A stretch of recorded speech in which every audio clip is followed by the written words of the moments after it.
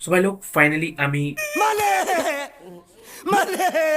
মুভিটা দেখে নিলাম। আর মুভিটা পয়সা বসুল হলো নাকি পয়সা বরবাদ হলো সেটা নিয়ে তো কথা বলবোই, বাট তার আগে এই মুভিটার স্টোরিটা নিয়ে হালকাভাবে কথা বলা যাক উইথাউট স্পয়লার।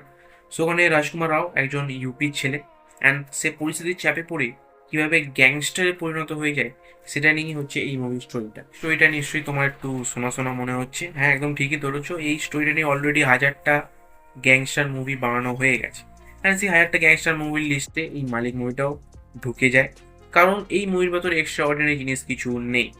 বাট প্রথমে যদি এই মুভির ভালো দিক নিয়ে কথা বলি, তাহলে ডেফিনেটলি আমি এর ফার্স্ট হাফটাকে একটা ভালো দিক হিসাবে কনসিডার করবো, কারণ এই মুভির ফার্স্ট হাফটা আমার বেশ ভালো লেগেছিল, আমি মিথ্যে কথা বলবো না, আমার খুব ভালো লেগেছিল। অ্যান্ড ইন্টারভালের আগে যে সিনটা ছিল ওটা তো ভাই চড়া লেভেল লেগেছে আমার, ইয়েস। অ্যান্ড তারপর প্রবলেম শুরু হয় এর সেকেন্ড হাফে, কারণ সেকেন্ড হাফে যেভাবে মুভিটার গ্রাফটা নিচে নামতে থাকে যে মুভিটা পুরোপুরি প্রেডিক্টেবল হয়ে যায় এই মুভি পরের সিনে কি হতে চলেছে তুমি আগে থেকে গেস করে নিতে পারো। অ্যান্ড যারা এর আগে অলরেডি অনেকগুলো গ্যাংস্টার মুভি দেখেছে তাদের জন্য তো জিনিসটা আরও সহজ, কারণ ক্লাইম্যাক্সে একটা টুইস্ট আছে, বাট সেটা আফটার অল কোনো টুইস্ট ফিল হয় না। যারা এর আগে এরকম টাইপের গ্যাংস্টার টাইপের মুভি দেখেছে তারা সেটাও গেস করে নিতে পারবে যে ভাই শেষে গিয়ে ক্লাইম্যাক্সটা কিরকম হতে চলেছে। ওকে, যে কারণে এই মালিক মুভিটা একটা অর্ডিনারি মুভি হয়ে থেকে যায়। আর এই অর্ডিনারি মুভির ভেতর যদি কিছু এক্সট্রা অর্ডিনারি জিনিস আমরা পেয়ে থাকি, তো সেটা হচ্ছে রাজকুমার রাও আর এই মুভির বিজিএম। দুটোই জিনিস আমার খুব ভালো লেগেছে। অ্যান্ড বিশেষ করে রাজকুমার রাও আলাদাভাবে স্ট্যান্ড আউট করেন শুধুমাত্র ওনার পারফরমেন্স দিয়ে, যে উনি বুঝিয়ে দেন যে উনি যে কোনো রোল পুল অফ করতে পারেন। ইয়েস, ওনার মধ্যে সেই ক্ষমতাটা আছে। অ্যান্ড উনি যে নিজে 100% দিয়েছেন সেটা এই মুভিটা দেখলেই তুমি বুঝতে পারবে।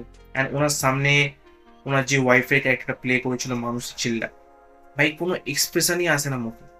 যখন রোম্যান্স করছে তখনও সেম এক্সপ্রেশন, যখন রেগে যাচ্ছে তখনও সেম এক্সপ্রেশন, শুধু হাসলে বোঝা যাচ্ছে যে হ্যাঁ ভাই হাসছে, একটু এখানে টোল পড়ছে, বাকি আর কিছুই করার ছিল না। মানুষের চিল্লারে একেবারে খারাপ কাস্টিং ছিল ওইটা। অ্যান্ড তার পাশাপাশি যদি আর কারোর পারফরমেন্স ভালো লেগে থাকে তো সেটা হচ্ছে ডেফিনেটলি সৌরভ শুক্লা, ওনার পারফরমেন্স আমার বেশ ভালো লেগেছে।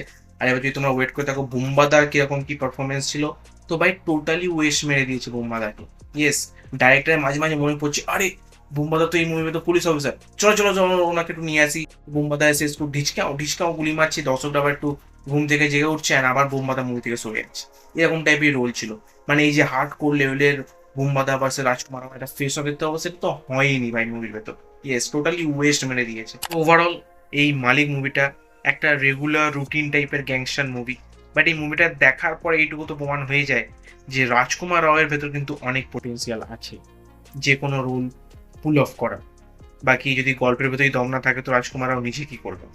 সো তুমি যদি মাই মুভিটা দেখে থাকো তুমি ডেফিনেটলি কমেন্ট করে জানাতে পারো তোমার কেমন ছিল এক্সপিরিয়েন্স। তো আমি এই রাজকুমার রাওয়ের মালিক মুভিটাকে দেবো 5-এর ভেতর 2.5 স্টার। বাকি আমি ডিসির মহাপুরুষ মানে সুপারম্যান নিয়েও কথা বলেছি, তো তুমি যাও গিয়ে আমার সেই ভিডিওটাকে চেক আউট করতে পারো, তোমার সাথে দেখা হবে ঠিক সেই ভিডিওতে। So by.